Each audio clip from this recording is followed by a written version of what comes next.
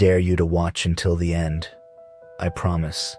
After hearing this, you'll never walk through a dark hallway alone again.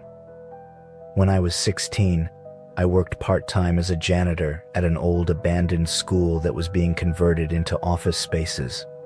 The place was massive, with long, dimly lit hallways and classrooms that hadn't been touched in decades. My shifts were mostly uneventful, just cleaning dusty floors and empty rooms, but there was one hallway, the East Wing, that always gave me the creeps. It had been sealed off for years after a fire. The air there was colder, heavier, and the lights always seemed to flicker.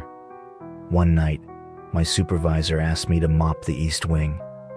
I hesitated but didn't want to seem scared. Armed with my mop and a dim flashlight, I pushed open the heavy double doors and stepped inside. The air hit me immediately, thick, stale, and colder than the rest of the building. My footsteps echoed down the corridor as I wheeled my mop bucket forward. About halfway down, I heard it, a soft, rhythmic tapping. It sounded like someone lightly drumming their fingers on a desk. I froze, my heart pounding. "Hello?" I called out, the sound of my voice trembling in the empty hall. No answer. The tapping stopped. I told myself it was just old pipes and forced myself to keep moving. As I mopped, I felt it, like someone was standing behind me, watching. I turned quickly, but the hallway was empty.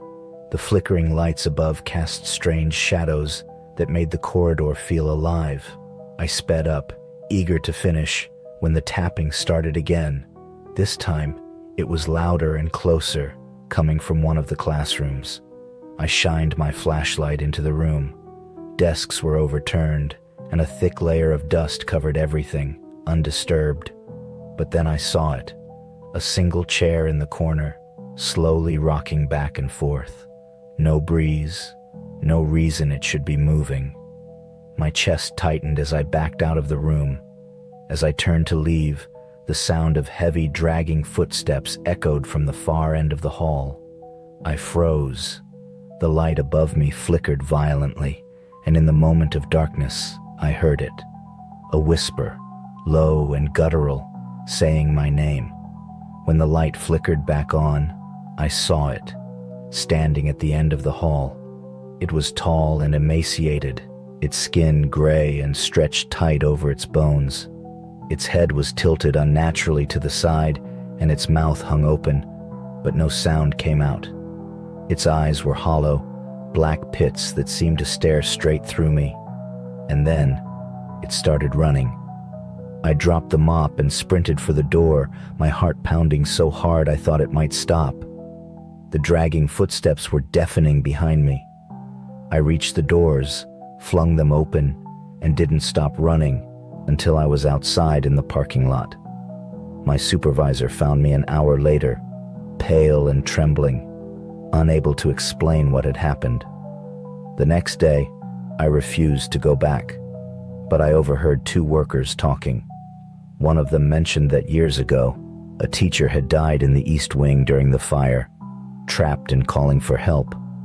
They said her body was never found, just a trail of charred footprints leading to that hallway. To this day, I can still hear the tapping when I'm alone at night. Sometimes, I wonder if she's still looking for a way out, or for someone to join her. You stayed until the end, so here's my promise.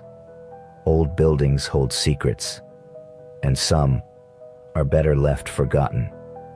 The next time you hear a sound in an empty hallway, think twice before investigating. If you enjoyed this story, don't forget to like, subscribe, and share. Remember, the scariest stories are the ones that could happen to you.